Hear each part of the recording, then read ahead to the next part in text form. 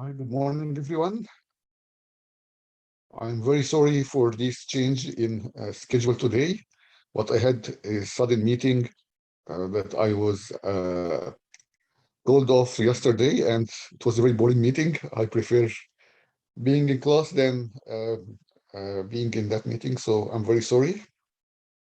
And we will start right away talking about today's subject. Okay, so let me make sure you guys can hear me. Let me make sure. Okay, so um, today we are going to start focusing on the processing part of programming. So last week we talked about um, inputs and outputs. So we looked at using message boxes, input boxes for getting user input and providing output to users. We looked at how we can process data, how we can input data and output data from an Excel sheet, right? Today, we will focus on the middle part of the program, the part where we already have the data and we start processing the data. In my announcement that I sent, I asked you to have a look at a video on the course content, but since some of you showed up in the morning at 10 a.m., it's obviously you did not get the opportunity to, not everyone got the opportunity to look at the video. So I will cover everything from the beginning. And if you have any questions, I will be more than happy to answer you guys. Okay, so I will share my screen and we will start going through our content, right? All right. All right. So again, this is the program structure. In the program, we start with getting data input from the user or input the data. I will always use this so this is clear for everyone all the time.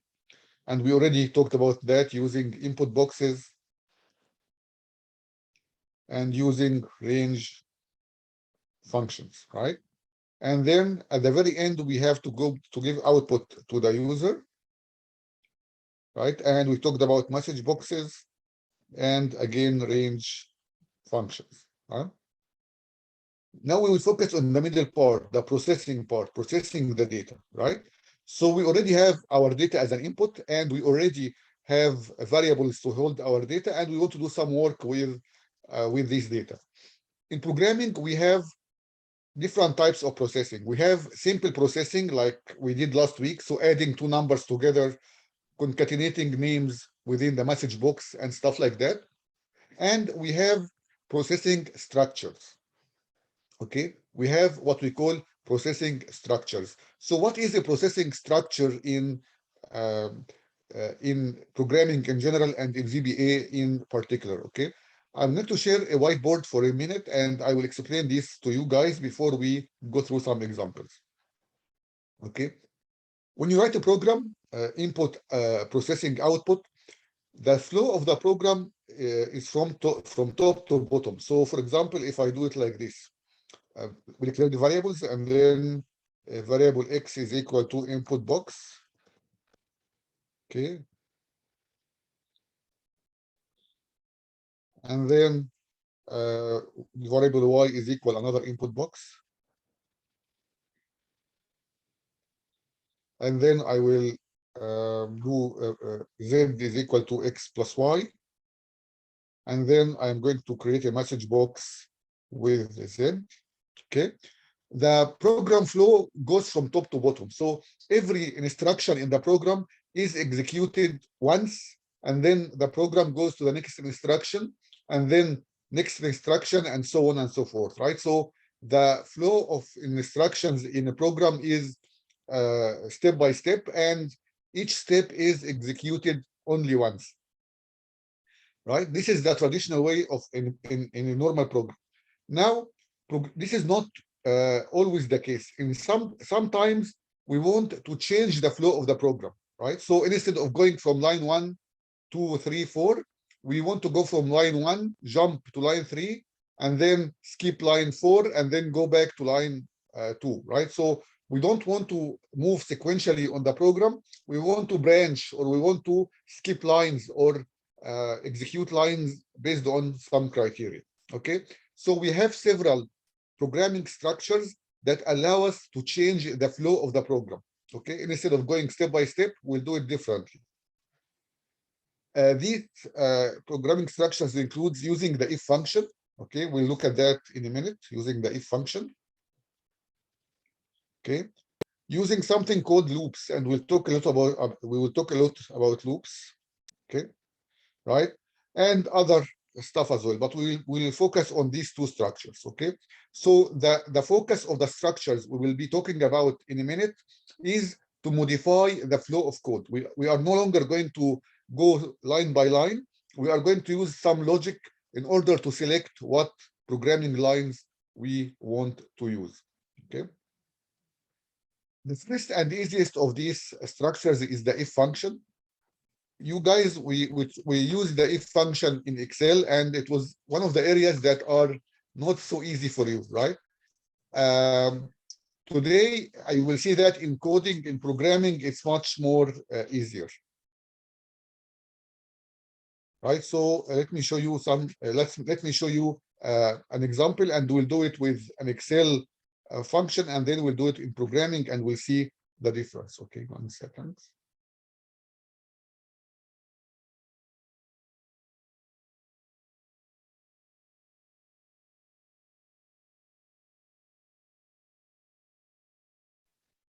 All right. So let's say that we have, I put in cell A15 grade, okay, and we'll input some grade here, so 90, okay? And the logic here is that if the grade is greater than 90, the student gets an A.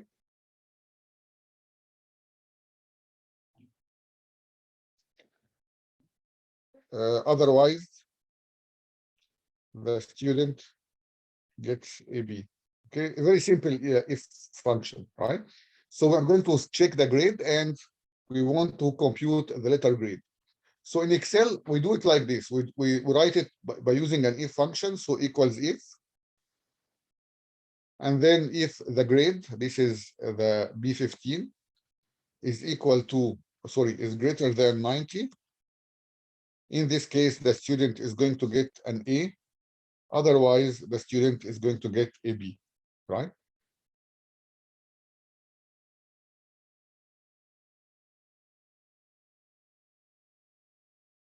So this is a simple if function that we do in Excel all the time, right? So how can we convert this into a program? How can we use an if function in programming? Now let's see.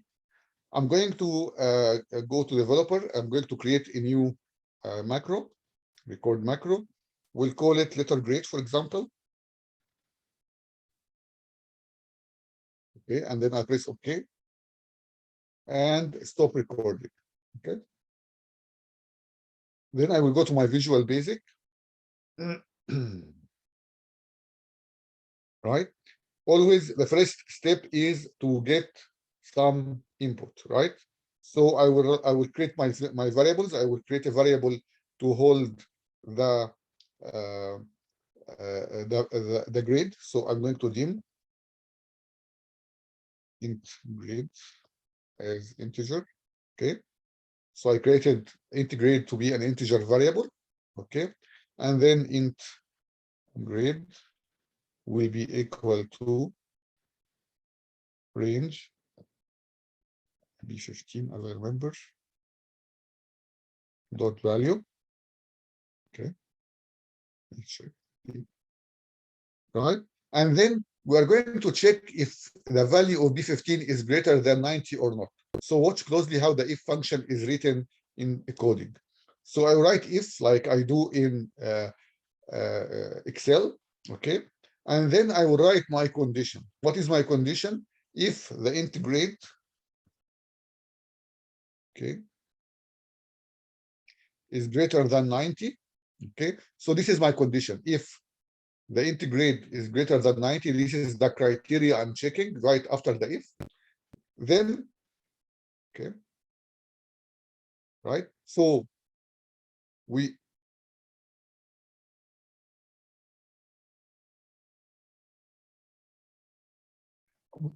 Yes, Robin, we can, but I will talk more about active cell later on. Okay, I'll talk more about that later on. Okay, maybe on Thursday, because I haven't explained the concept of an active cell yet. Okay, but you can use active cell if you have selected it. So if integrate is greater than 90, then right, then is like telling a VBA what to do if this condition is true. So if this condition is true, then okay, I'm going to input in range of B16 is equal to A. Okay, right? So if this condition is true, then I'm going to execute a certain code. I will put the value of A in the range in the cell B16. Okay. What if the condition is false? What if this integrate is not greater than 90? Then we are going to use the keyword else. Okay.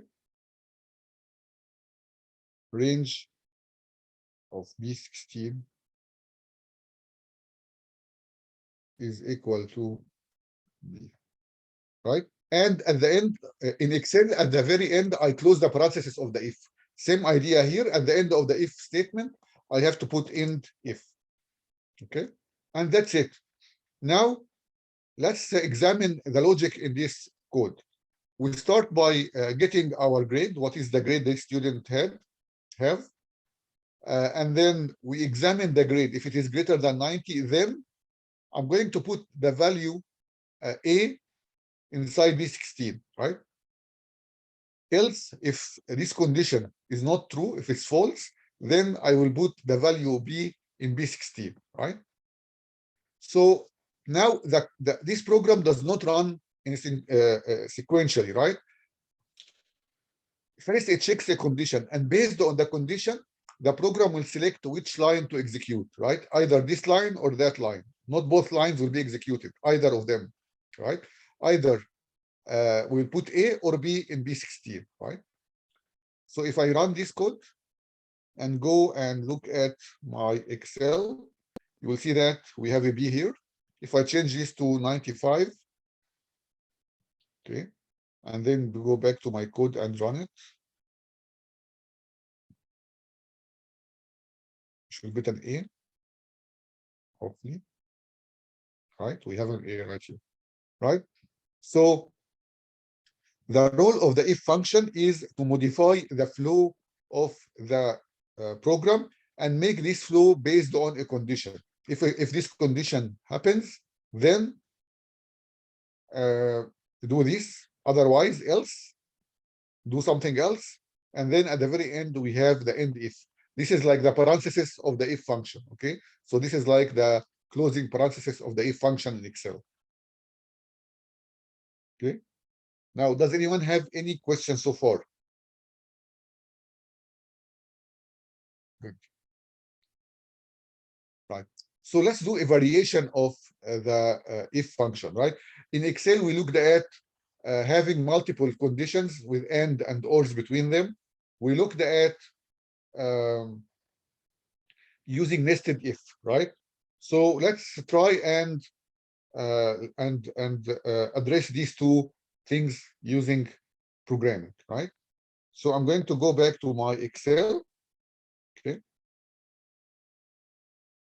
And we replace this logic a little bit. So instead of this logic, I will change it, right? So I will say if the grade is greater than 90, okay, then students get A. Else, if the grade is between 80 and 90, students get B. Else, students get A, C. Okay, so I expanded my if now that if the grade is greater than 90, then students get A like the other one. But now if the grade is between 80 and 90 B, else students get a C. So now we have three decisions, either A, B, or C. So this means we need two nested if functions, right? So let's see how we can do a nested if function in coding, right? So again, I will show you how to do it if we are using um, an if function in Excel, and I will show you how much it is simpler to do it if you are using VBA. So to do it in Excel equals if, and then I will click on the grade. If this grade is greater than 90, then I will put an A, right? Otherwise, if and the grade is greater than 80 and less than or equal to 90, then I'm going to display the value B. Otherwise, I will display the value C.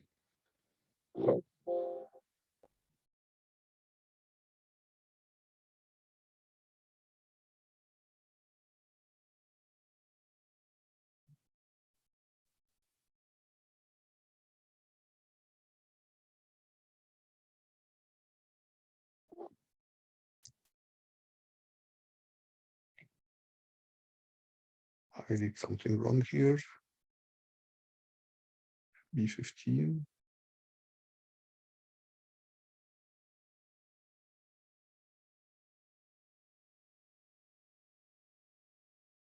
Ah, yes. Okay. Right. So this is the nested if function, right? You can see I have two nested ifs. One of them has an and inside. So how do we do this in Visual Basic for applications? How can we address this issue using VBA? Let's see. Okay. So again, I'm going to go and record a macro. I will call it letter grade 2. Okay. And then stop recording. Okay. Then I'm going to go to my Visual Basic and we'll start, right? The code is very similar to the first example. So what I will do is I'm going to copy the code in the first example, as you can see here, copy. And I will paste it inside the second example. Now remember, the code must be between the name of the sub and end sub. Okay, remember that. This is, I know I told you that several times before, but I know that when you are starting programming, it can be a hard concept, right? So make sure that you have all your code between the name of the sub whatever, and then the code, and then end sub. And you should only have one end sub in your code, only one end sub in your macro, right? Right. So the first part will stay the same. If the grade is greater than 90, then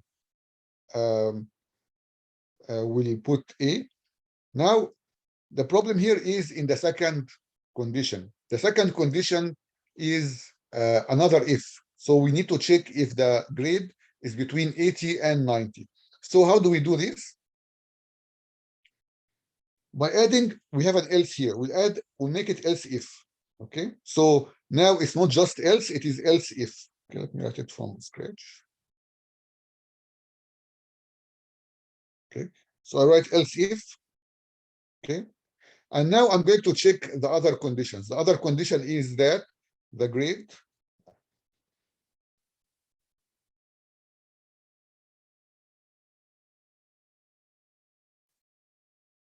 is greater than 90 and okay,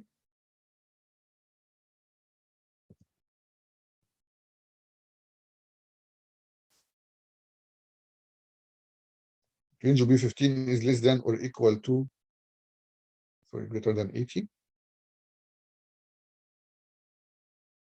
or equal to 90. Then, okay, in this case, I'm going to change the letter grade to B. So range of B16 is equal to B, right? And then in all other conditions else, range of B16 will be equal to C.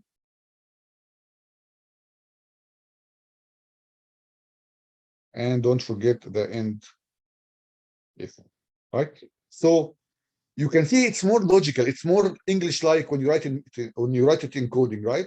I'm saying if the range, the value of the grade is greater than 80 and the range of B15, the grade is less than 90. So this shouldn't be the range, it should be the integrate.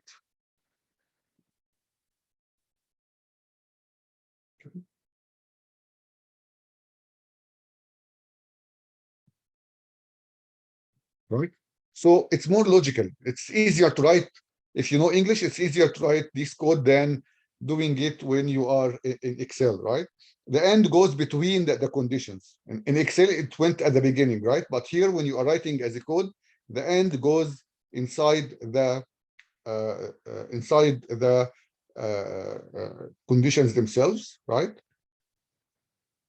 So it's easier to write. So if you go through this code, we are checking if the grade is greater than 90.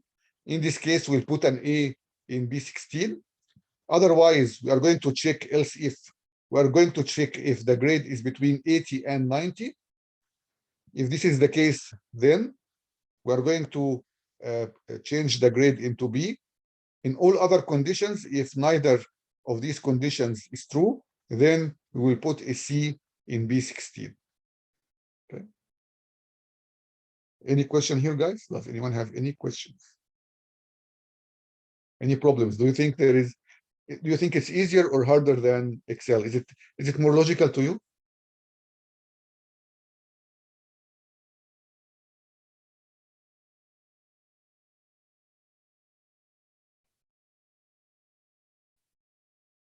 Simpler. Okay.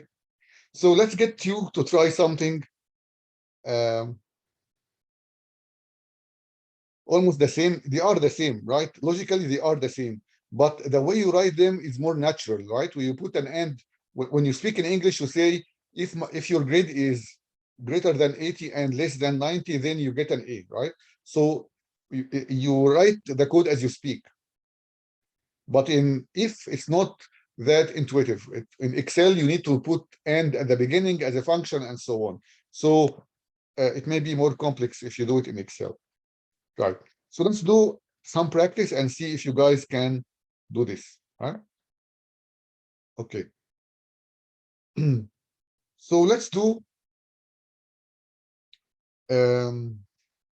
okay. So let's do a simple secret number game.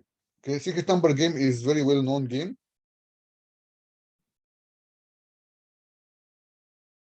Okay. So what will happen is you are going to ask you are going to set a secret number in your code. Okay. And then you are going to ask the user to guess the number. Okay. If the guessed value is greater than the secret number, you are going to display a message box saying too big. Else, if the guessed value is less than the secret number, then you are going to display a message saying too small. Otherwise, else, you will display a message saying you guessed it right. Okay. Right. So we want to do this. So I will start with the first part, setting a secret number in your code. We'll do it together, and then I will let you complete the remaining part using the if function. Okay, so I will do the first part. We'll set the secret number in your code, and then I will leave the rest to you guys. Okay, so I'm going to start by recording a macro. I will call it. You can work with me for the first part. Okay, so I will call this secret number. Okay. And then I will stop recording. Okay. And I will go to Visual Basic. Now, if you look at the requirements here, guys, you will see that we have two pieces of data. The first piece of data is the secret number, the number that you are going to set in your own code. So this is the secret number. And the other variable is the guess of the user. Okay, so we need two variables. One variable is for the secret number, and then the other variable is for the value that will be entered by the user, right? So let's create these two variables. Okay, so dim, we'll consider them to be integers. So int secret.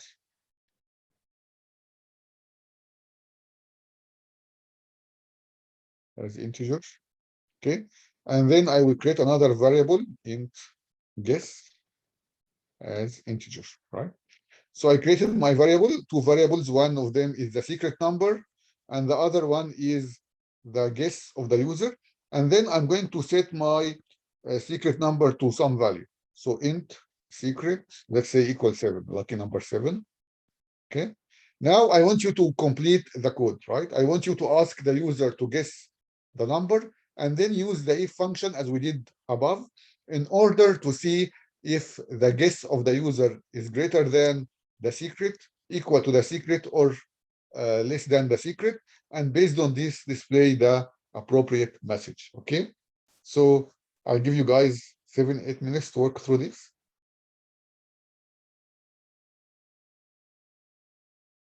Is the requirement clear for everyone? Does anyone have any questions about what they are expected to do?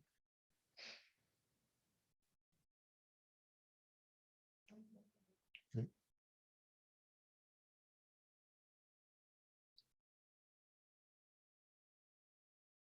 If you get an error or you don't get the expected result, let me know.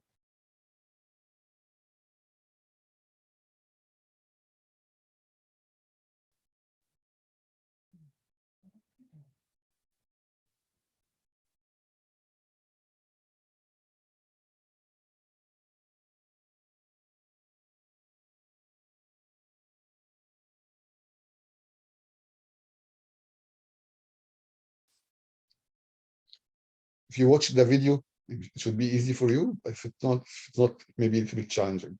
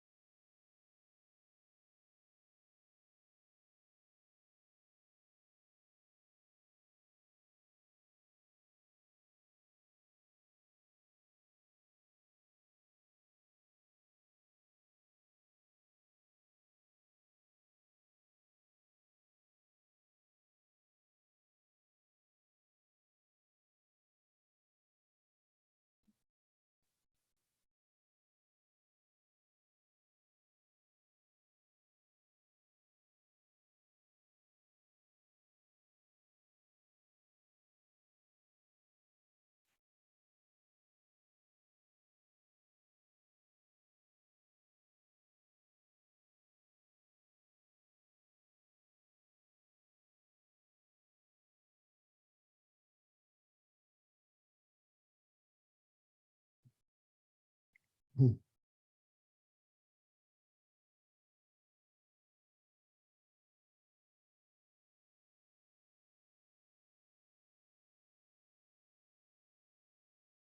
Again, if you get an error, please let me know so I can help you.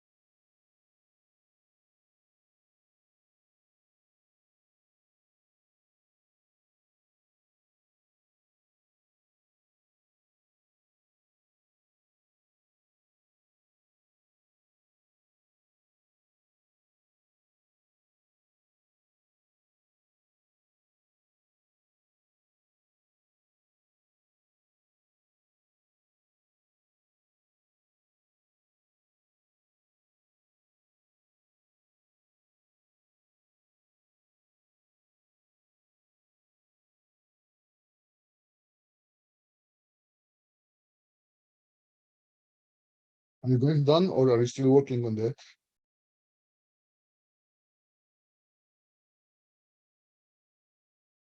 Is anyone still working, guys?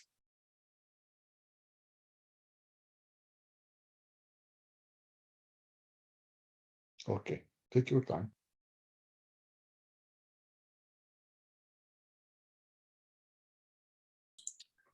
I have a question. Since we don't have a cell to put this on, are we instead of range, what do we put in for the message? Message box, right? There are Message two ways box? to get, yeah. So if I ask you to ask the user to get a value, then you ask the user with an input box. And if I ask you to display a message and I don't know, I don't tell you to do it in Excel, then it's a message box, right? Okay, now. All right, so I would put message boxes unless I tell you to use an Excel sheet.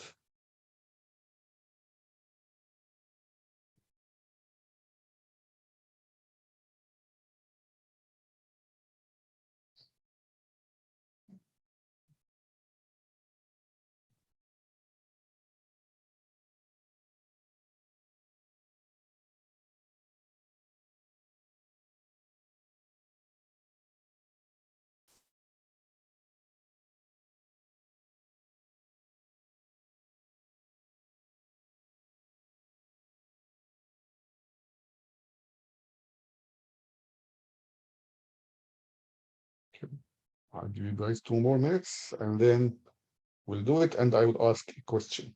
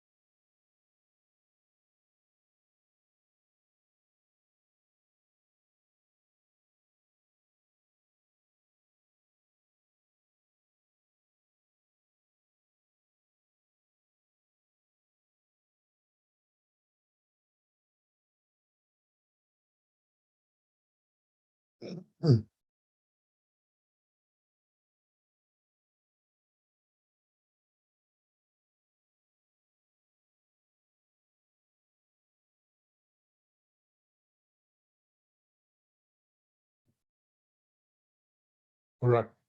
So let's do this together then. Now we have set our secret. The second step is to ask the user to input a guess, a variable, right? So I will assign int guess to an input box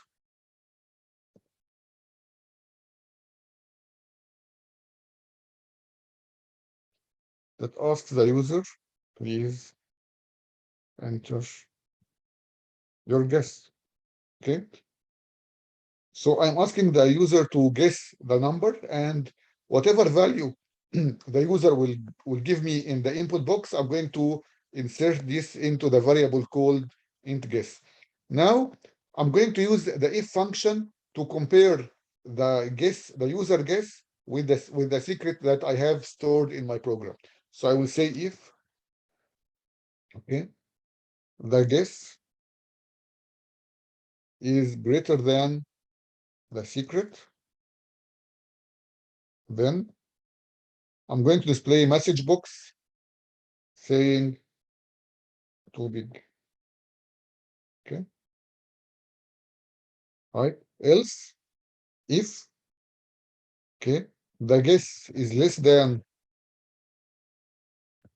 the secret, then I'm going to display another message box saying too small.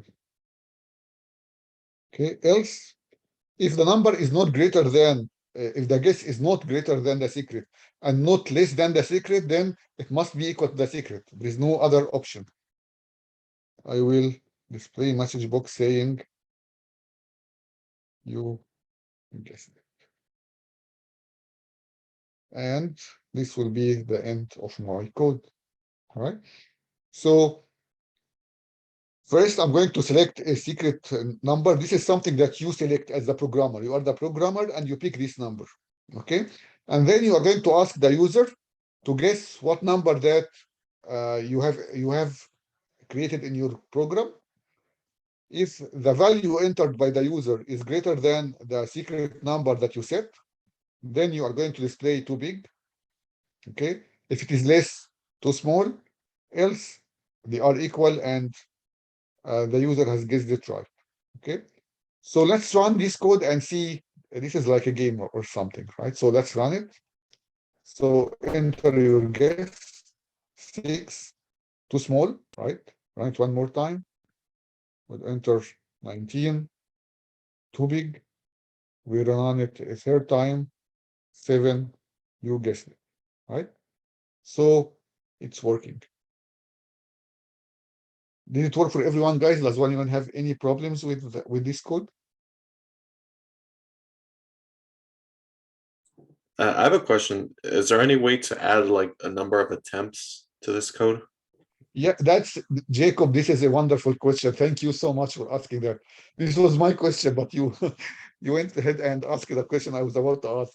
This is a great question, Jacob, because as Jacob noticed, and I'm sure many of you noticed, this is a very boring game, right? You only have one guess, and if you guessed it wrong, if you were unable to guess the number, either you guessed it higher or lower, then the game ends, and you have to run the program again. Um, to get the user to try and guess the number one more time, right? So it's very boring, right? You run the program once, the user only gets one attempt to guess the secret. If he gets it wrong, that's it. There is no game here. In a good game, you give the user the chance to try again and again several times, 10 times, 20 times, until he either says, I quit, I cannot do it, or he guesses the right number. So that's a great question, Jacob.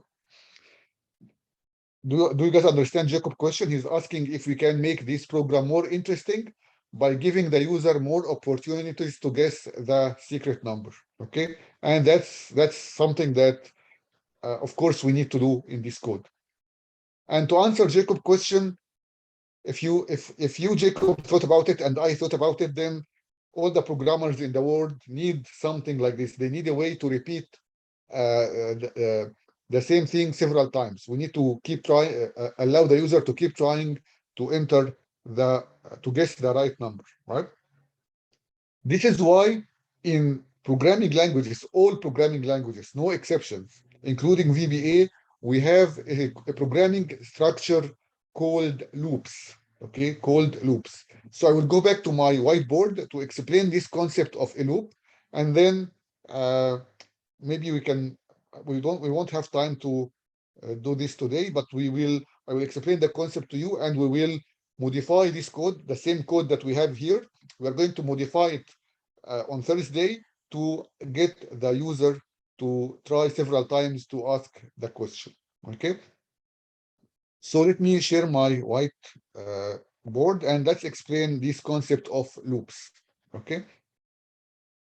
So again, when the program runs, if you are running a program, you run it like this. I will do, let me do the first program. Right? So this is a sequential program. Sequential means each statement will be executed only once, and then the program will go to the next statement, and then the next statement, and then the next statement, until we get to the end of the program, right? Now, a loop is a programming structure that allows us to repeat one or more statement several times, okay? So, for example, if I want to keep getting input from the user, keep getting X and Y from the user, I'm going to create a loop here. Okay, creating a loop here.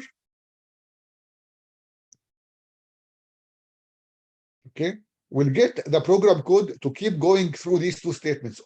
It will keep asking the user for X and Y. It will keep asking the user for X and Y for a specified number of times. Okay. And then after it completes the loop, after it asks for input for a certain number of times, then and only then it will move to the next line. Okay.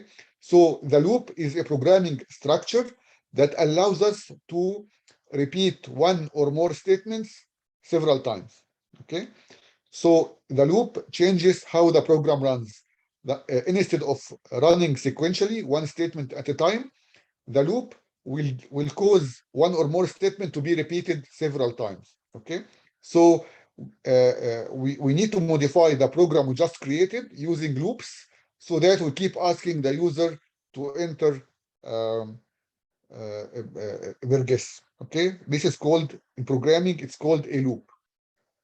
Okay, now there are two cases for loops in a program. Okay, there are two cases for loops in a program. Okay, the first case, if you want to repeat a statement or more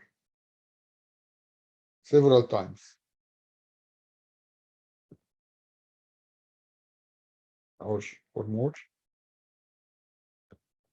a known number of times. Okay, what does this mean? It means that, for example, print the number 1 10 times. Okay, right? Right. So if you want to print the number 1 for 10 times, then you know how many times you want to print the number, right? I wanted to print the number 1 for 10 times. I'm specifying how many number of times I want to repeat this print statement. Okay. Right. This is the first case of using a loop. In the second case of using the loop, we want to repeat a statement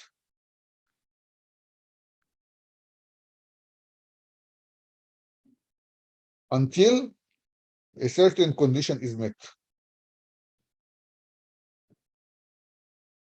Again, okay. So for example, in the example we did a while ago, keep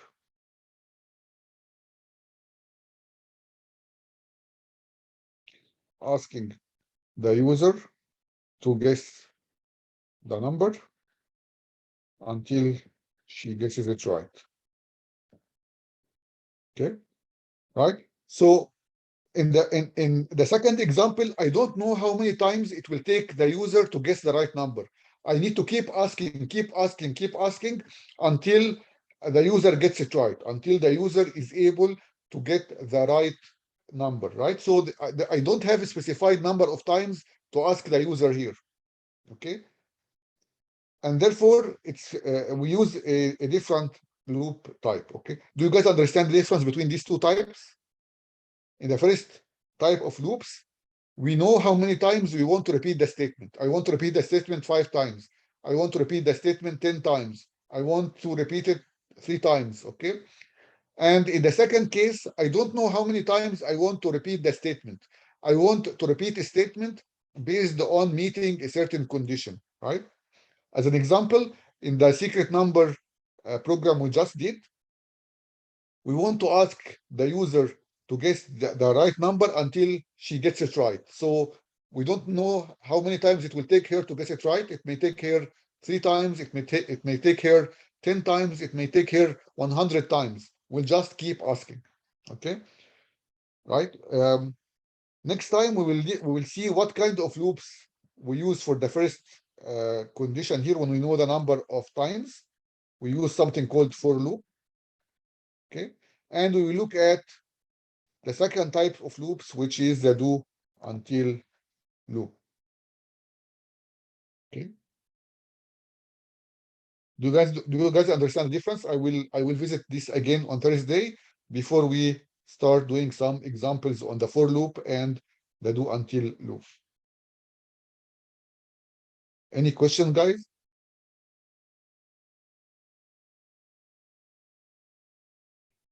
Any questions? All right. Yes, so I yes. just have a question.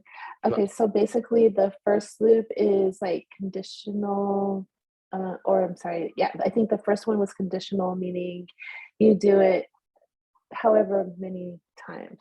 Whereas the second one, Second oh one, no, this is the the first, second one. yeah, the first one is do it only 10 times. Yeah. And then the second one is sort of like infinite amount of times. It's sort of open. Not infinite, until a condition is met, right? We're controlling it by a condition. We're going to say, keep asking the question until the user gets the question right. Or keep going on each row in the Excel sheet until you reach the end of the data in your sheet, right? So we are using a condition because we don't know how many times we need to repeat the statement. Okay. Okay. Makes It will be sense. clear when we do the examples. It will be more clear to you. So don't worry. Okay. Thank you. Thank you. All right. All right. So again, thank you guys so much for coming today, and I will see you on Thursday. Have a great 2 days. Thank you. Professor, can I speak to you after class? Yes, of course, Diego. So I was thinking exactly for information technology, besides learning about Excel and VBA, what other programs should I like?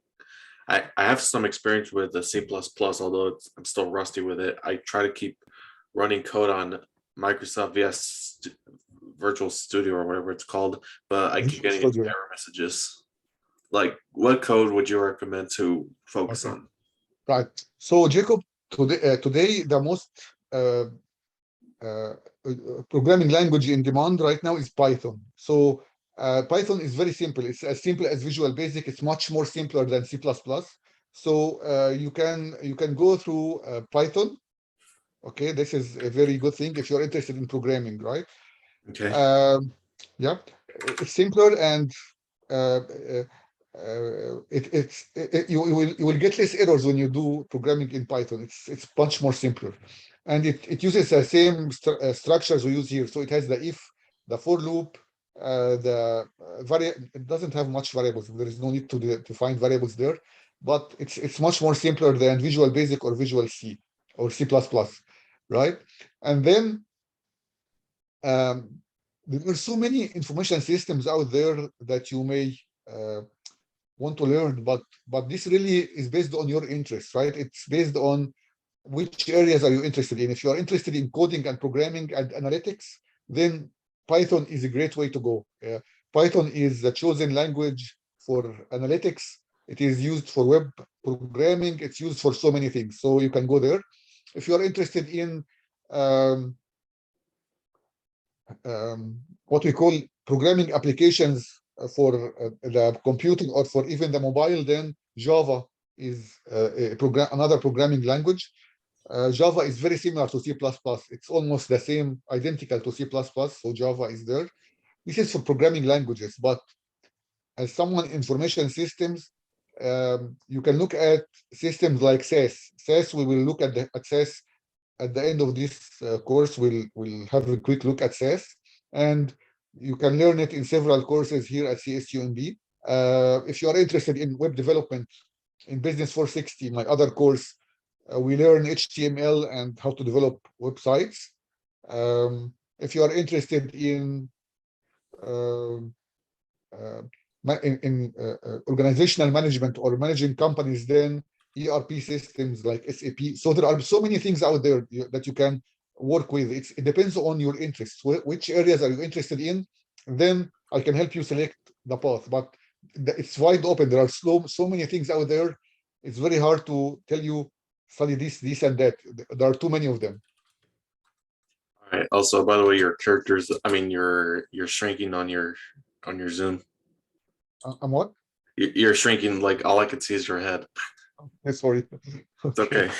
So that class you mentioned, it's Business 460, correct? HTML and web programming, yes, it's for Business 460. 450? 460. Okay, sounds good. Thank you, Professor. Have a good day. Thank you. You too. Will you be teaching business 460 like every semester, like in the Yeah. spring and also in the fall? So it used to be in the spring up till this spring, but starting next year is going to be fall and spring. Oh, great. That's wonderful. Is there any of your concentration classes for IS that you only, that are only available like either semester? In not my classes, but Professor Shwadin Sharma's class, I think Mhm. business 469 and 495 now. Both of them are only in the spring. Okay, good to know. So that'll probably end up being like the last two concentration classes before I graduate will probably be in the spring then when she offers them. So I know now to take 460 in the fall for sure because the other ones are only offered in spring. Okay. And also 460 will prepare you better for the other courses, right? You will get some Yeah. knowledge that will help you. And also Professor Shwadin Sharma is teaching 468 in the fall. So we have two courses offered in the fall, 468 and 460. And then in the Mhm. spring, we have 460 again, 469 and 495. Okay, great. I'll be sure to make sure that I do my schedule with 460 and 468 in the Great. fall. Great. Okay, Perfect. Okay. excellent. Thank you very much, Thank you, Professor. Nadia. I'll see Have you a great day. Thursday. You Yeah, bye. too. Great day. Bye-bye.